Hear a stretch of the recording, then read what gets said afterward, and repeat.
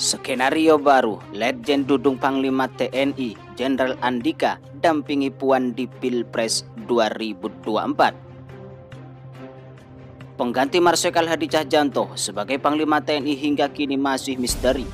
Presiden Jokowi belum juga mengirimkan nama calon Panglima TNI ke DPR RI.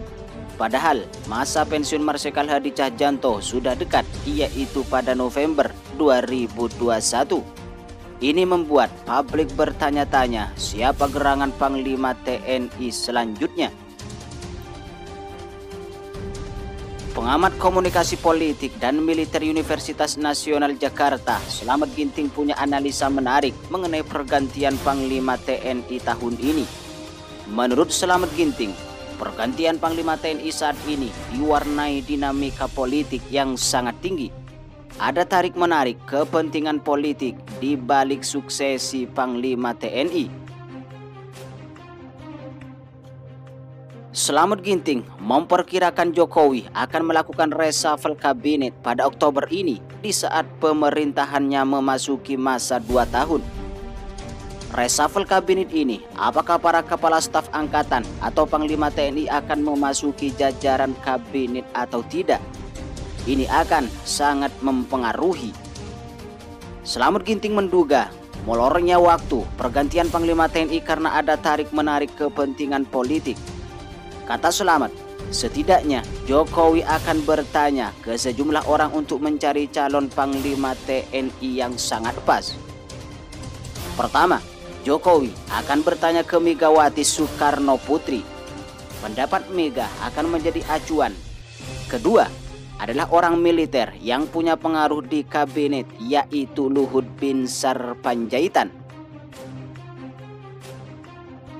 Ketiga, Menteri Pertahanan Prabowo Subianto, karena Panglima TNI akan bekerja sama dengan Menteri Pertahanan.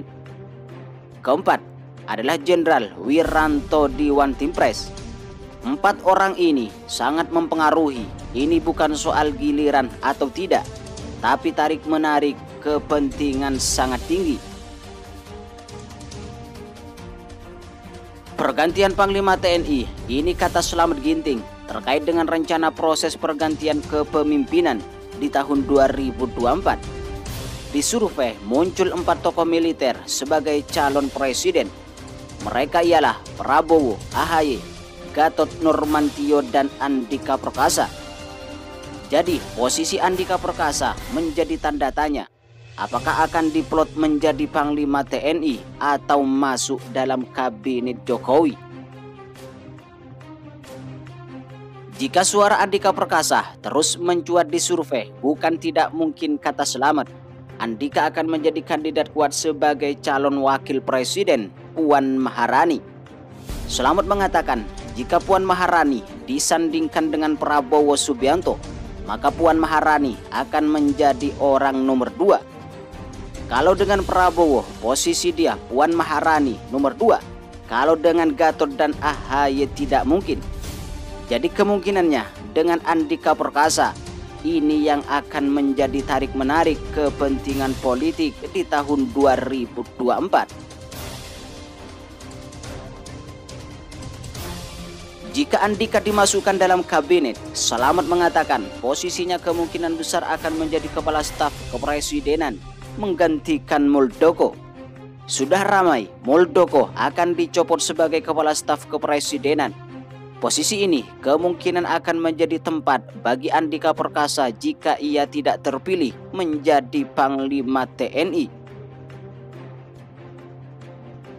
Tapi lanjut Slamet, bukan berarti Muldoko akan disingkirkan tanpa jabatan. Dia tetap masuk kabinet dengan posisi menteri.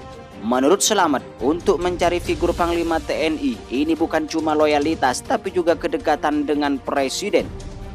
Dari 3 kepala staf angkatan, Andika paling dekat dengan presiden karena pernah menjadi Danpas Pampres. Kalau kita lihat relasi politiknya Andika Perkasa sangat diuntungkan untuk saat ini. Bahkan kata Slamet, masa peralihan membutuhkan stabilitas politik yang sangat kuat. Biasanya, kata dia, uang diperlukan adalah tokoh angkatan darat.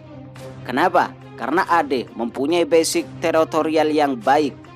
Ketika Hadi Cahyanto dibiarkan sampai akhir jabatan 4 tahun, ada kecenderungan Presiden Jokowi mengulur-ngulur waktu untuk Andika jadi Panglima TNI.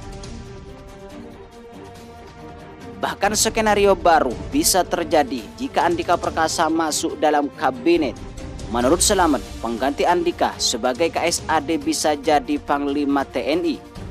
Misal, Letjen Dudung dilantik menjadi KSAD pada 20 Oktober 2021 berbarengan dengan Menteri Kabinet.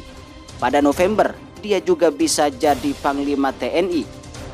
Karena syarat jadi Panglima TNI orang yang pernah dan sedang menjadi Kepala Staf Angkatan. KSAL Laksamana Yudho Margono juga punya peluang besar menjadi Panglima TNI jika Andika Perkasa ditarik masuk kabinet. Namun kata Selamet, ada satu hal yang menjadi kelemahan Yudho Margono adalah peristiwa tenggelamnya KRI Nanggala. Kalau Fajar Prasetyo agak tipis peluangnya, tidak mungkin dari AU ke AU lagi. Kalau AD sangat memungkinkan dari AD ke AD karena AD jumlahnya sangat besar. Menurut Selamet, Jokowi dalam dinamika politik seperti saat ini butuh figur yang cukup berani mengambil resiko. Terlepas dari kontroversi kasus Dudung dalam kasus dengan FPI, tapi dia berani bertindak. Tentu bagi pendukung FPI dia dianggap celah, tapi bagi Presiden Jokowi ini adalah kredit poin paling tinggi. Tipikal Dudung menurut Selamet adalah orang yang dibutuhkan Presiden Jokowi. Jangan lupa dalam bekerja kesempatan di istana ketika Presiden mengumpulkan para Pangdam dan Kapolda, 3 kali Presiden menyebut nama Dudung Abdurrahman. Kalian harus berani seperti Dudung sampai 3 kali. Dari situ saya yakin Dudung menjadi pimpinan TNI untuk tahun ini. Terbukti jadi Panglima Kostrat dan sekarang calon kuat KSAD. Nyaris tidak ada tandingan walaupun ada beberapa senior. Terlepas ada hubungan bertuanya dengan PDIP.